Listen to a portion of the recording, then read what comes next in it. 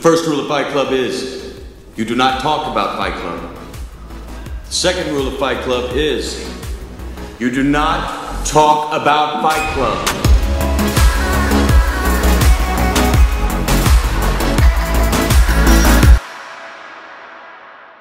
Sebelum mau mulai ngobrol nih, aku pengen ngasih tahu ke teman-teman yang suka nonton Follow the Street dari awal. Jadi ini aku punya tamu istimewa. Ini Mercer, orang yang sejak awal bantuin. Kalau teman-teman merhatiin musiknya untuk intro itu dia yang bikin. Logonya, graffiti itu dia juga yang bikin. Emang sobat saya sejak hari pertama. Mercer. Thank you.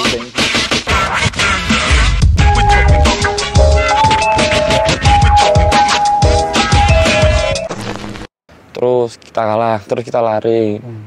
Nah, waktu lari itu ternyata satu temenku itu kecelakaan. Jadi setelah jatuh tuh masih dihajar juga ya? Ini pinjam tangannya, coba mas, boleh mas? Waduh, kenapa ini mas? Aku ngelihatnya kan kalau cowok tuh suka nyari adrenalin ya mas. Oh ya. Ya, dan sekarang karena aku kerja kantoran, jarang juga untuk menemukan pelampiasan itu. Jogja itu tidak bisa melihat kejahatan itu secara real, secara murni, secara gamblang. Tapi Jogja itu melihat seperti simbol-simbol saja kekerasan itu. Nggak ada yang peduli sama kita sebenarnya.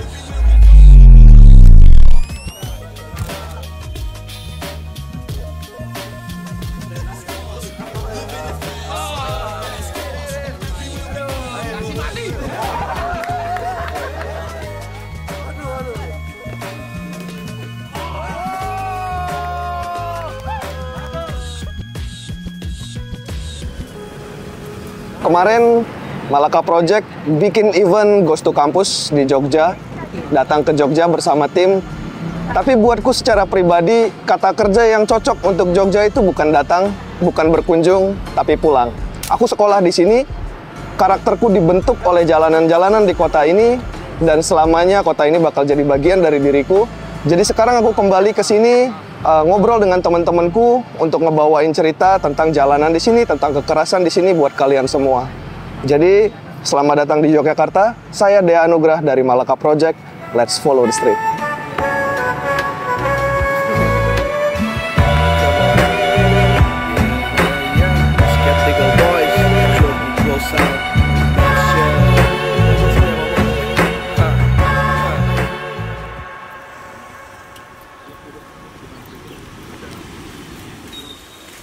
Klite itu seperti jalan-jalan sore atau main-main sore, kemudian ya seperti orang Jogja kan suka berkelompok ya, suka main gitu.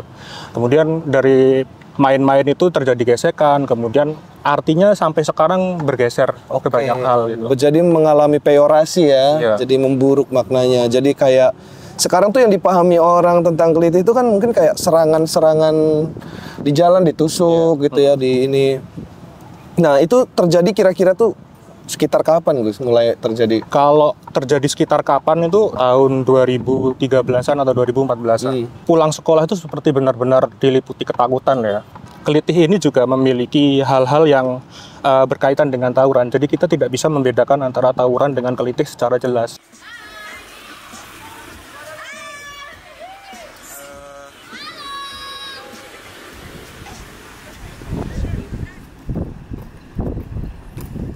Ya awalnya kan nyari musuh di jalan, yo ada janjian itu, tapi kan terus ada yang mabuk apa terus nggak ketemu musuh, terus cari random gitu. Oh, cari pelampiasan. Iya, nggak ketemu musuh gitu. Kalau dirimu mas, pertama kali misalnya entah jadi sasaran Klite atau malah Jadi yang nyerang itu kapan ya? 2016 ya? 2016. Ada janjian nggak sama lawannya? Ya ada. Oke. Tapi kan waktu udah geng-gengan, belum. Oh waktu itu udah geng-gengan? Iya. Oh. Boleh tahu nggak mas dirimu di geng apa? Geng sekolahan kah atau geng di luar sekolah? Kan nggak sekolah tuh mas namanya. Tadi ada eksternal SMA itu ya, ikut bantu gitu. Iya, terus kan dari situ dapat link gitu. Nanti ada kumpul-kumpul setiap kan ada forum nggak gitu-gitu setiap malam minggu gitu. Oke. Terus ada iuran kas buat ada kasnya juga. ya dulu tuh 20 per minggu. Ya kalau ada ketangkep apa gitu biar bisa buat nebus. Aki ya bang.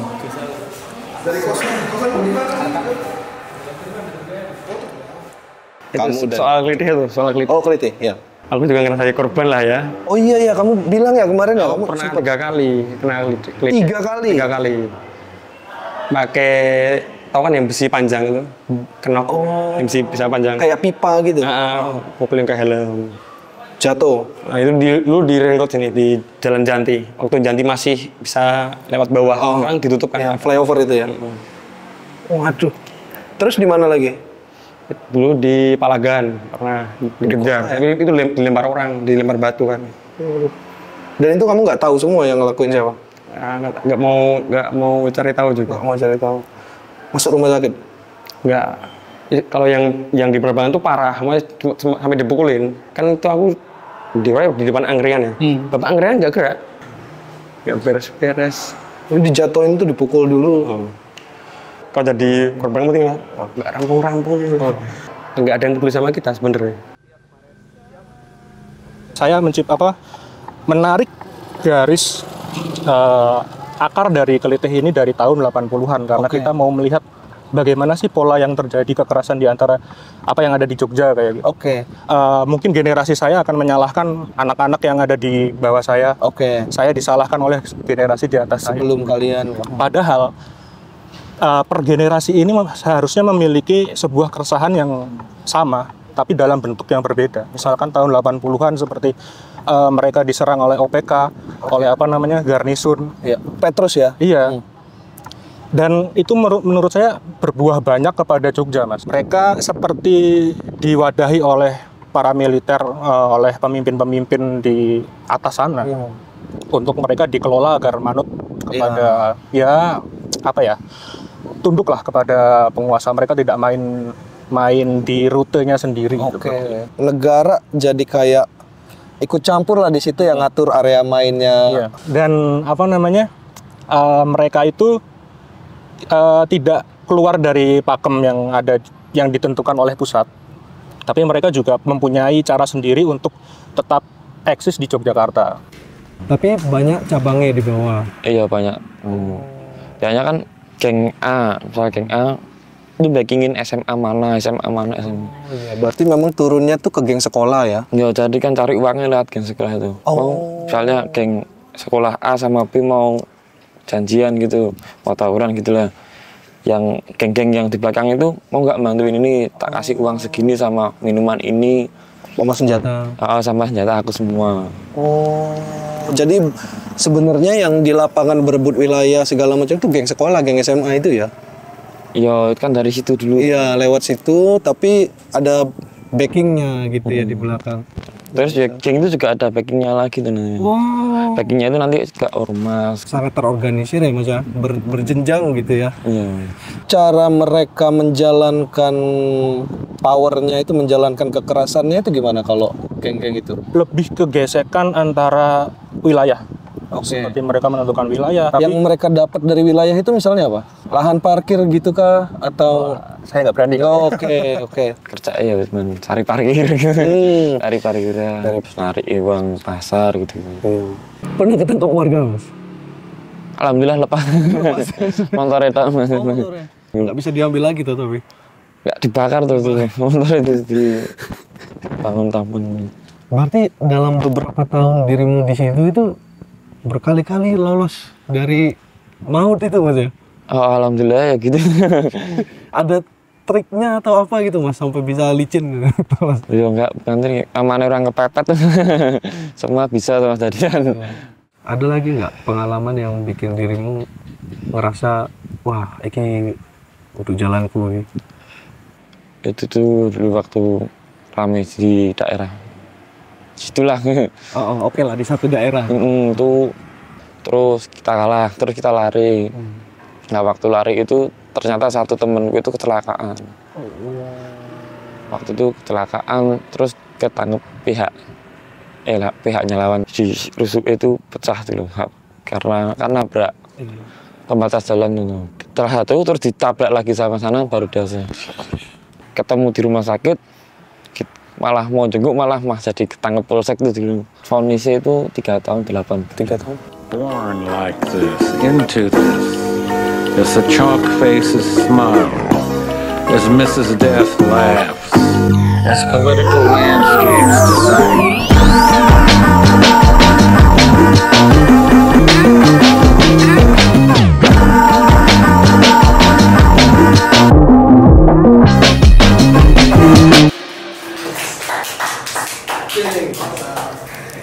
Kalau aku nganggapnya tuh kayak aku dan Jogja itu hal yang berbeda. Maksudnya aku selalu di luar Jogja. Gimana tuh maksudnya? Maksudnya apa yang terjadi di Jogja tuh nggak ngaruh ke aku. Oke. Apalagi kan misalnya kayak konteks kalau bertani ya. Nah itu kan apalagi cabai kan pasarnya kan selalu melihat pasarnya tuh di daerah timur di Kediri. Jogja itu apa ya? Sekarang lebih ke hambar sih sebenarnya. Hambar? Hambar, karena nggak ngerasa memiliki aja kalau sekarang. Apa yang terjadi, Sal? Siapa yang menyakitimu sampai kamu merasa hambar sama kota ini? Nggak tahu, kayak nggak ngerasa memiliki aja, kayak berjarak. Kayak sama Jogja tuh kayak beda aja gitu. Jujur aku nggak pernah main jauh dari rumah. Aku udah kayak malas aku masuk ke ring road. Rumahmu tuh di Cangkringan ya? Di bawah Cangkringan. Bawah Cangkringan. Kapan itu perasaan memiliki itu hilang? Karena tadi kamu bilang pernah gitu. Pandemi itu udah kosong, udah nggak ngerasa bertanggung jawab ke masyarakat, udah nggak ngerasa punya ikatan. Nah, kamu kan sebagai rapper tuh banyak menceritakan, nggak tahu, mungkin pengalamanmu, perandunganmu sehari-hari gitu. Kayak aku dengerin misalnya EP-mu sama Suryo yang Death of Idols itu kan banyak juga kritik sosial di situ. Nah, itu tuh kamu bikin dalam fase ketika kamu udah nggak peduli sama Jogja tadi atau masih dalam fase? Itu fase itu kan bikinnya tuh rentangnya tuh lama sebenarnya. Ya itu aku nulis, aku terputus, aku kuliah pulang harus parkir, udah nggak punya temen kali. Jadi kalau mereka pulang kuliah main, aku ke parkiran. Oke. Berapa tahun itu? 2 tahun, pokoknya semester awal itu. Ya, waktu 2019 Omnibus Law gitu-gitu juga kan kamu ikut ya gitu. Iya. Ada nggak? Tapi waktu itu berarti masih peduli toh ya? Masih peduli, tapi aku udah terputus. Aku udah nggak percaya, maksudnya nggak percaya gagasan-gagasan yang dibawa diusung sama kelompok-kelompok gede. Ya terakhir itu cuma pas 2017 lah ya, pas NIA itu. Itu masih ngerasa ada kesan. Aku harus bantu. Masih ada yang rasa sayang gitu ya.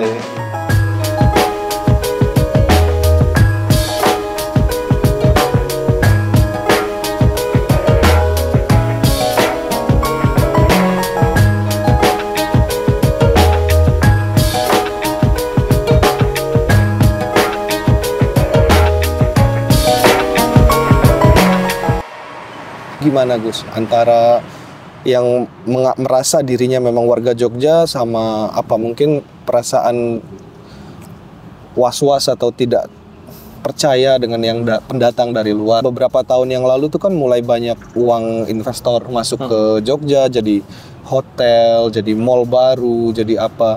Mungkin hanya cemburu-cemburu kecil bahwa saya warga Jogja tidak bisa merasakan apa yang para pendatang ini rasakan ketika ada di Jogja.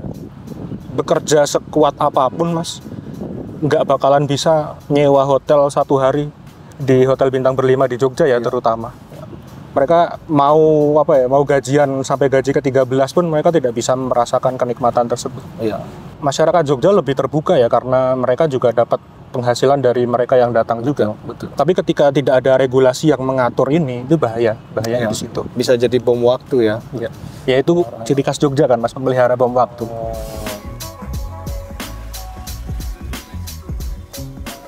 Bom waktu atau potensi konflik di Jogja yang disebut Gusti memang punya banyak bentuk. Bukan hanya kekerasan antar geng, kelitih, atau diskriminasi terhadap pendatang yang dianggap meresahkan. Jogja juga punya riwayat panjang rivalitas antar kelompok supporter sepak bola, khususnya di antara pendukung PSIM Jogja dan PSIS Sleman.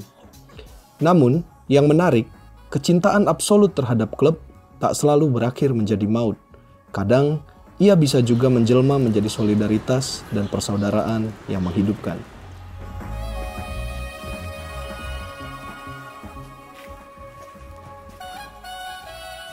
adanya BCS itu diakui atau tidak, dipungkiri atau tidak, itu menyatukan yang dulu itu dari geng-geng sekolah. Nah, ini menarik. Nah, dari geng-geng sekolah yang dulunya itu memang rival banget di sekolahnya, itu bisa bersatu di BCS. Dari simpatisan ormas partai Masuk juga. Jadi di situ kita menerapkan tentang politika. Di situ tuh bukan kita melarang mereka berpolitik, enggak, tapi jangan bawa politik itu di atas tribun. PSIM PSS ini kan satu wilayah daerah istimewa Yogyakarta tuh, nggak punya wilayah nggak punya border. Iya, nggak ada batasan yang nggak ada batasan. Ya? Misalnya satu kampung ada juga yang terpisah dengan ada kelompok supporter PSIM, ada kelompok supporter PSS gitu loh. Benar. Kemarin itu aku juga ngobrol sama Gusti Aditya itu, dia cerita katanya memang karena di Jogja itu ada beberapa model kekerasan yang berlangsung, ada bola, ada geng-gengan, ada sekolah, antar sekolah. Aktornya beda-beda, tapi sangat mungkin jadi beririsan, Mas ya. Jadi kayak maksudku misalnya awalnya tuh soal bola, terus dibawa ke sekolah gitu-gitu, terjadi nggak sih, Mas? Terjadi. Aku bisa cerita misalnya yang ada konteksnya dengan Bawaskor. Suatu kali Bawaskor bikin inisiatif bukan nonton bareng, tapi berangkat nonton away gitu ya. Ke Madura, ke Sumeneb gitu. Dari Surabaya kita charter bus untuk ke Sumeneb. Di anggota yang ikut naik bus ini yang kapasitasnya mungkin 55 itu terdiri dari 3 geng yang bermasalah. Gitu. H-2 mereka memutuskan, Mas, kita kayaknya nggak bisa deh, karena ada itu gitu, ada kelompok itu gitu ya. Terus ya udah sampai ketemu aja di Sumeneb gitu ya, karena dengan atau tanpa teman-teman kita akan tetap berangkat intinya gitu. Nah pada H-1 Mas kita tetap gabung deh. Supporter PSIM-nya tuh jadi payung identitas yang lebih besar. Iya, aku pikir si PSIM itu sendiri sebagai apa ya, kita tadi ngomong PSIM ini ada apa as a company ya, sama as a cultural gitu ya. Nah ini yang kita percaya ini nih.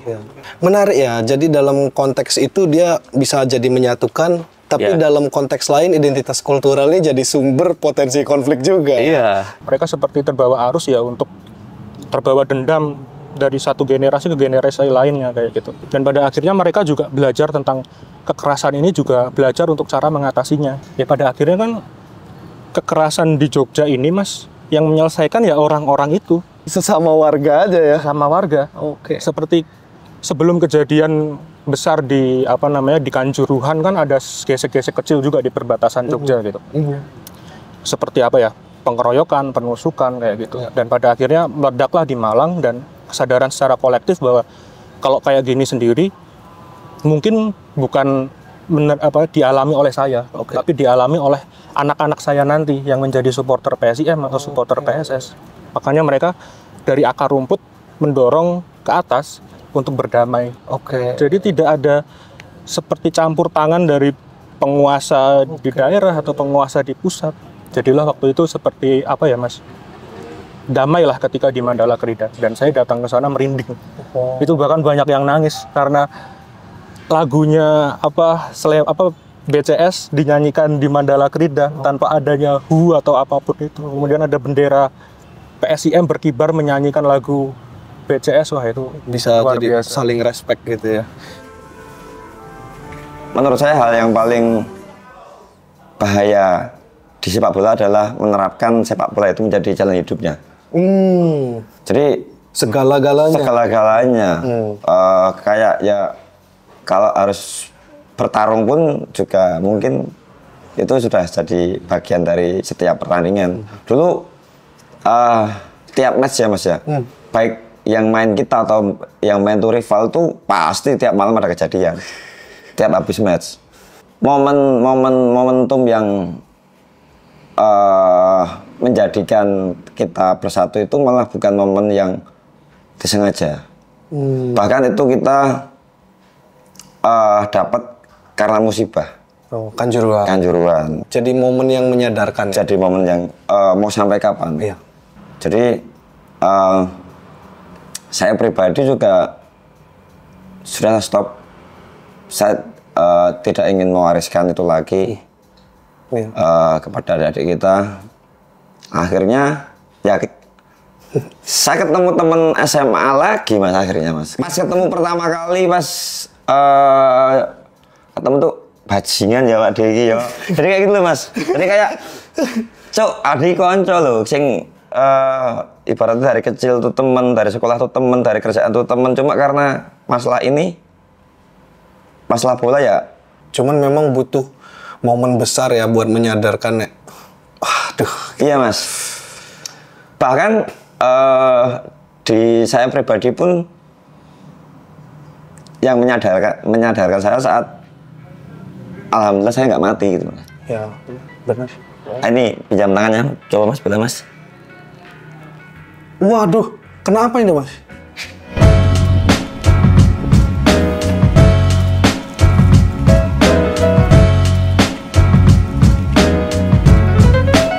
Aku pikir kalau ngomongin sejarah kekerasan atau kekerasan yang ada di konteks bola, supporter atau pertandingan itu tuh aku akan mulai dari cerita menyusuri sejarah si PSIM itu sendiri gitu ya, lewat koran-koran yang aku baca gitu. Misalnya di 94 gitu ada kejadian pertandingan antara PSIM dengan PSIS Semarang. Euforianya itu tuh penonton sampai kalau di Meksiko atau di mana ya, Amerika Latin ya, dia sampai masuk kayak ke stadion itu loh. Jadi sampai ada yang jatuh gitu ya. Dan kalau nggak salah saat itu pertama kalinya aku ngebaca koran ada sweeping plat H. Nonton bola ini kan bumbu lainnya selain hasil pertandingan adalah bagaimana bagaimana pengalaman yang kita dapat gitu ya. Betul. Nah, pengalaman nonton tandang itu jadi pengalaman tersendiri gitu ya.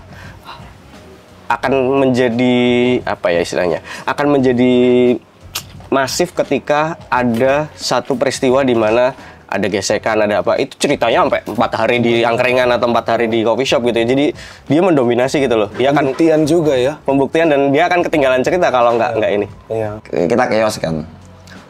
Kita chaos dan fokus kan di depan mas. Saya nggak lihat kanan kiri kan. Dilempar besi yang besinya itu L gini kan. Jadi nancep gini. Cuma kan mikir gitu. Iya. Mikirku kan ini cuma bocor mas. Tetap udah lanjut sampai akhirnya lemes. Iya. Lemes, saya pasti pukul sini pakai. Itu jenengan nggak sadar mas, udah bocor gitu. Cuma tak gini, cuma kayak kirain bocor biasa. Dijahit, udah kontrol apa jahitan, tapi tetap aja bengkak, tetap aja darahnya keluar. Cuma darahnya itu nggak merah mas, tapi pink gitu mas. Aduh. Nah, terus tengah malam itu dipaksa sama teman saya, si senior saya juga di sini, suruh CT scan. Ternyata tengkorak saya itu pecah. Iya. Sini, ini ada 12 cm. 12 cm kali satu itu dicopot. Karena tulang saya itu masuk ke dalam gini, pecah-pecahnya. Nah, kenapa darahnya itu pink? Jadi kelenjar otak saya sama darah itu bersatu kan mas. Jadi keluarnya itu warnanya pink. Udah kena air, cairan sama itu. Jadi ini udah nggak ada. Ini kalau dipegang empuk. Iya, apa kayak lubang? Ya kayak lubang, itu kan panjangnya 12 cm ini. Jadi ya akhirnya ya ini mungkin yang menyadarkan saya juga sih. Mungkin stop lah. Ya. Cuma setahun berikutnya chaos lagi. Mas, nggak apa-apa. Chaos lagi. Dan saya juga ikut lagi mas. Iya bener-bener. Iya, kebayang sih mas, kebayang kayak apalagi dari kecil gitu ngikutin kayak ya klub ini ya aku gitu kan. Iya. Tak bela. Tapi begitu ada kejadian tragedi kayak Kanjuruhan kemarin, mau nggak mau jadi berpikir ulang ya mas. Ya karena apa ya mas ya, kita ngomongin federasi busuk ya busuk. Logika paling sederhana itu adalah klub sendiri itu nggak memperjuangkan korban dari para pembela dia saat dia bermain. Itu yang paling menyakitkan. Paling menyakitkan. Padahal kalau diomongin mereka salah turun ke lapangan ya sudut pandang mereka salah, benar. Cuma mereka kan juga tadi mas yang namanya memang jiwa yang mungkin ya, cinta ya udah terapkan di dalam dirinya pun nggak bisa dipungkiri mas. Bayangin nggak film kayak gitu? Kanjuruhan terjadi tanggal 1 Oktober, tanggal 2 atau tanggal 3 itu grassroots di perbatasan antara Jogja dan Solo itu bertemu. Nah, grassroots ini bertemu untuk satu, kalau kita berdamai gimana, kalau kita melakukan malam berduka itu gimana. Kejadian tanggal 1, tanggal 4 atau tanggal 5 itu ada doa bersama di Mandala Krida. Nggak pernah bisa bayangin di depan ada supporter Solo pakai merah gitu. Oh iya, atau ada bendera kayak hijau yang menandakan PSS tuh kayak kita diemin gitu kan. Kayak nggak pernah mungkin dulu gitu loh. Tapi nggak ada gesekan. Tapi ada satu sisi bahwa ini Kanjuruhan sesuatu yang harus kita kita resapi bareng bahwa kenapa bisa sampai gini, what's next gitu selanjutnya gitu. Karena kan dengan kejadian itu tuh teman-teman juga pasti berpikir hari ini di Malang, besok mungkin kita gitu. Ya, apa yang terjadi dengan Jogja. Nah, yang pertanyaanku selanjutnya, kalau itu terjadi di Jogja, apakah kita masih percaya sama sepak bola? Saat ini hubungan antara Jogja dengan Solo, Jogja dengan Sleman itu alhamdulillah membaik. Ya. Nah, gerakan-gerakan Bawaskor atau kegiatan-kegiatan Bawaskor juga dihadiri oleh teman-teman yang datang dari Solo, yang datang dari Sleman gitu ya. Artinya ya barrier ini jadi kebuka, terus artinya sebaran energi positif jadi lebih banyak gitu loh. Pokoknya kita bagaimana perkawanan dengan teman-teman yang lain terhubung, teman-teman di Malang, di Bandung, Jakarta, Semarang, dan yang menghubungkan ya literasi, arsip, sepak bola itu sendiri, permainan. Dengan teman-teman kayak gerakan-gerakan punk football juga kita terhubung. Sebenarnya bagaimana lagi mengembalikan sepak bola ini ke ranah humanis gitu. Bener. Aku udah capek dengan pertengkaran supporter gitu. Ada istilah di Jogja sakmadione mas. Sakmadione. Sakmadione. Secukupnya. Artinya ketika kita mencintai sesuatu itu ada ambang batasnya. Ketika kita punya rasa nggak suka atau benci juga ada batasnya. Secukupnya dalam mencintai, secukupnya dalam membenci, secukupnya. Saya kira itu kata yang indah, bahkan jika disandingkan dengan kata kekerasan. Sebab hidup tidak selamanya empuk, maka kita memerlukan kemampuan untuk menahan benturan. Ancaman bisa hadir kapan dan di mana saja, maka sesekali kita juga perlu melakukan agresi, tentu secukupnya, untuk membela diri, untuk merebut kembali apa-apa yang telah dirampas oleh tangan-tangan yang tak kelihatan, atau sekedar untuk melepas kebuntuan, melancarkan kembali pembuluh darah serta merasakan daya hidup. Atau untuk berseru kepada dunia bahwa aku masih hidup, masih di sini, dan belum akan mati hari ini.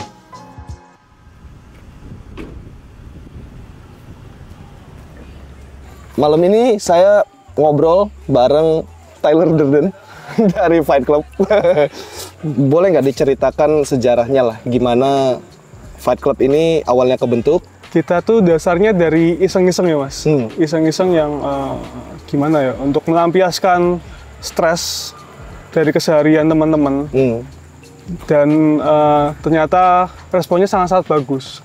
Jadi tuh awalnya kita ya cuman teman ke teman. Teman ke teman, dari teman ke teman, tiba-tiba suatu hari kok ada nih orang yang nggak kita kenal sama sekali datang. Mas katanya di sini pukul-pukulan mas ya. Ada geger geden. Ya kan itu jadi perhatian banyak orang ya. Akhirnya oh ya udahlah kita jadiin ini sebagai wadah aja. Tampung. Ya konsepnya itu sebelum puasa tahun lalu. 2023 lah. Sebenarnya kita memenuhi keinginan pasar aja ya. Keinginan pasar karena banyak respon positif. Akhirnya kita mau nggak mau menyiapkan yang lebih lebih gimana ya, lebih layak lah. Bisa dibilang bikin begini tuh kayak ide yang di luar apa ya, kebiasaan ya. Nah, siapakah manusia yang pertama kali mencolek temannya bikin fight club yuk? Gitu? Oh, ada teman saya. Ada. Kalau mungkin banyak yang ada beberapa yang kenal, namanya Adi Bayu. Masih di kepanitiaan sekarang dia? Oh, masih. Masih. Dia sebagai humas kita. Oke. Fighter, ready, go!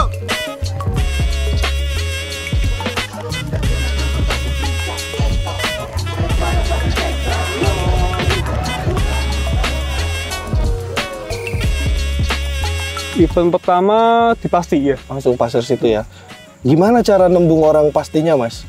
Oh, kebetulan teman kita itu, humas itu juga pernah ada kerjasama sama dinas perdagangan. Dinas perdagangan. Akhirnya dari situ dia nyobalah bertanya apakah bisa. Ya, sebenarnya kita waktu itu cuma minta izin untuk menggunakan tempat, bukan acara, Mas. Oke. Bukan acara. Dan dikasih tahu tapi tempatnya buat pukul-pukulan. Iya, untuk latihan lah istilahnya. Oh, latihan. Iya, untuk latihan, tapi ya karena setelah respon positif itu semakin ramai, akhirnya kita mengembangkan ke acara itu, baru kita bilang ke pihak Pastinya. Kaget nggak Mas orang Pastinya, Mas? Oh ya kaget, tapi juga seneng, Mas. Oh. Iya, kan maksudnya pedagang sekitar itu juga kena efeknya, Mas. Oh iya, jadi ya, rame. Positif ya. Lagi nunggu fighting, beli monyet kali ya gitu. Ya bisa itu, Mas, bisa. Jadi kayak ya ada juga kayak kantin gitu tuh, Mas. Oh, benar, pedagang makanan. Iya, itu yang biasanya cuma buka sampai sore, akhirnya karena kita waktu itu lumayan rutin, mereka sampai malam. Event pertama pesertanya berapa, Pak? Berapa banyak? Oh, event ya? Yang event pertama ya. Oh, event udah langsung 300-an ke atas. Pertama langsung 300. Iya. 300 yang datang. Kalau fighternya? Kalau yang fighter kita langsung waktu itu 60. Kita dari jam 7 sampai jam 11, berarti berapa jam? 4 jam ya. Dan itu banyak yang ngantri dan tetap nggak dapat. Nggak dapat, Mas. Mas Deris, kenapa mau gabung Fight Club Jogja? Seru sama suka fight. Oke. Udah ikut pertandingannya kemarin? Udah. Mantap. Berapa kali? Wah, berapa kali? Mas Devan, ya. Kenapa gabung Fight Club, Mas? Habitat saya di Tarung. Memang habitat di Tarung? Ya. Nah, yang nggak pakai baju, Mas. Mas siapa, Mas, namanya, Mas? Raja, Mas. Mas Raja. Ya. Mas Raja, kenapa gabung Fight Club? Karena awalnya cuma pengen nyari keringat dulu kan. Awalnya nyari sama diajak sama temen juga. Terus habis itu ketagihan. Wah, asik nih sama sekalian biar bisa bela diri juga kan. Udah berapa lama, Mas, ikut? Oh, baru juga kok, Mas, saya. Masih ya ada sebulan lah. Sebulanan. Ya. Kalau Mas Dama sendiri, ya, waktu itu yang bikin Mas mengiyakan ajakan dari si temen itu apa, Mas? Aku ngelihatnya kan kalau cowok tuh suka nyari adrenalin ya, Mas. Oh ya. Ya, dan sekarang karena aku kerja kantoran, jarang juga untuk menemukan pelampiasan itu. Karena diajak temen itu, coba-coba iseng aja ikut pertama tuh. Dan ternyata nggak semenakutkan yang aku pikirkan. Akhirnya berani, terus malah keterusan, iya, jadi pengurus. Iya, tuh diajak temen itu. Ya. Kayak sekarang kan kita lihat combat sport itu lagi tumbuh industrinya di Indonesia. Pernah ada nggak sih, Mas, kayak ajakan untuk kolaborasi atau malah ditekan gitu teman-teman supaya nggak ngambil pangsa itu? Enggak sih, Mas, soalnya kita tuh sistemnya beda, Mas, bisa dibilang. Kita bukan championship. Oke. Kita nggak ada menang, nggak ada kalah. Oh, bahkan dalam match itu nggak ada menang, nggak ada kalah? Nggak ada menang, nggak ada kalah. Bahkan kalau ada yang KO gitu tetap nggak dibilang kalah, Mas? Tetap nggak dibilang kalah. Ada tapi yang KO? Kalau selama ini belum sih ya. Saya kan kita ada wasit yang sertifikasi dari Petina, jadi misalnya ada nggak imbang atau apa, ntar bakal di stop. Ya. Oke. Mainnya tuh juga sebenarnya ngikutin standar safety, Mas, ya, pakai headguard, pakai. Iya, karena kita kan rekanan dengan Petina. Pendekatannya orang Petina waktu itu gimana, Mas? Lewat Polres, mereka kan minta untuk kita melengkapi perizinan. Oke, jadi pernah ketika event posisi datang? Oh, datang ya? Oke. Datang. Terus diangkut? Oh, enggak dong. Enggak, aman-aman. Responnya positif, Mas. Responnya positif. Sejak awal langsung positif? Positif. Kita lebih dibimbing sama Polres waktu itu. Terus sama Pertinanya sendiri mereka sambutannya gimana, Mas? Apakah kayak, oh ini bisa nih buat calon atlet, atau malah kayak ya udah butuh apa gitu. Nah iya, waktu itu kita kayak menyamakan visi misi lah. Dan ya benar kalau ini tuh bisa jadi untuk penjaringan atlet atau juga mengurangi ya itulah angka-angka kekerasan dan semacamnya. Coach Budi, kenapa mau melatih anak-anak Fight Club? Terpanggil, bagi saya awalnya gitu loh, dari Fight itu menarik, satu tahun hiburan, tetapi itu berbahaya. Istilahnya ini karena saya dari orang situ jauh, saya ditaruh untuk Fight Club itu ya udah. Saya terpanggil untuk kesini. Kalau bilang harapan ya prestasi. Oke, terima kasih banyak Coach. Tidak hanya di ini, karena saya juga penginginan menciptakan prestasi itu suatu kebanggaan yang tidak bisa dinilai dengan harga kepuasan batin. Itu aja. Pilih kenapa gabung Fight Club dan latihan tinju? Suka tinju. Suka tinju. Udah berapa lama suka tinjunya? Udah lama. Dari kecil banget? Enggak. Dari segini? Thank you, Pilih. Cita-citanya jadi apa? Jadi petinju. Petinju. Menang championship. Menang dapat sabuk. Amin. Amin, tos. Mantap.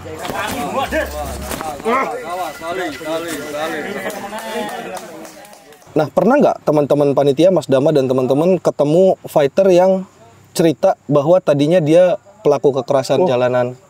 Kita malah hitungannya banyak sih, Mas. Banyak? Banyak. Banyak. Gimana itu, Mas, dia sampai akhirnya bisa berani cerita gitu? Awalnya tuh mereka lebih ke malu ya, Mas. Kemalu, soalnya itu sesuatu yang bukan untuk mereka banggakan juga itu, Mas. Tapi akhirnya karena ada yang kebuka satu dan akhirnya yang lain juga ikut ngebuka. Awalnya iseng ikut main, terus ketemu teman-teman baru, dan mereka jadi kayak, wah kayak aku mau fokus latihan tinju aja deh. Malah kayak baru menemukan apa yang dia pengen. Iya, betul. Tapi kalau yang cita-cita lucu, bukan lucu ya, cerita yang menurutku unik lah, emosional gitu-gitu. Kayak, Mas, aku terima kasih ya, aku udah diizinin main karena aku habis gagal nikah. Waduh. Dari Fight Club sih sebenarnya seperti moto kita, no win, no lose, no pressure.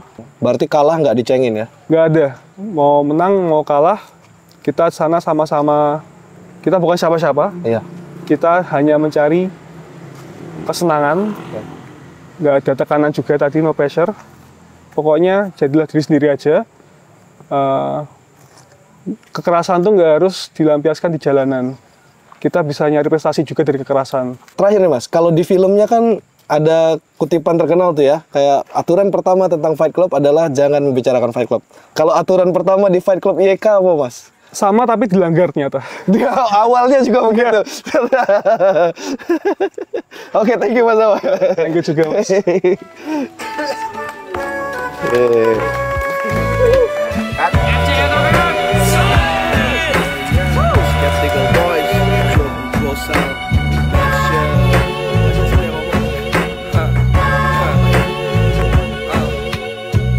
Malam rekah mekar di kelompak mata, berkaca sampai kapan kau berlomba cari remah dalam roda, rodi tak berpola. Ku tanya bayang saat kalian hitung domba, melompat semua rorong tanpa bona, menuai omong bocah, ku menua di kota. Hilangkan pialaku, piagamku, piyamaku, biar kiamat pun tiada aku selain aku, tiada satu di atasku. Tiada bertuan, pantang memuai, lisan aku bertulah.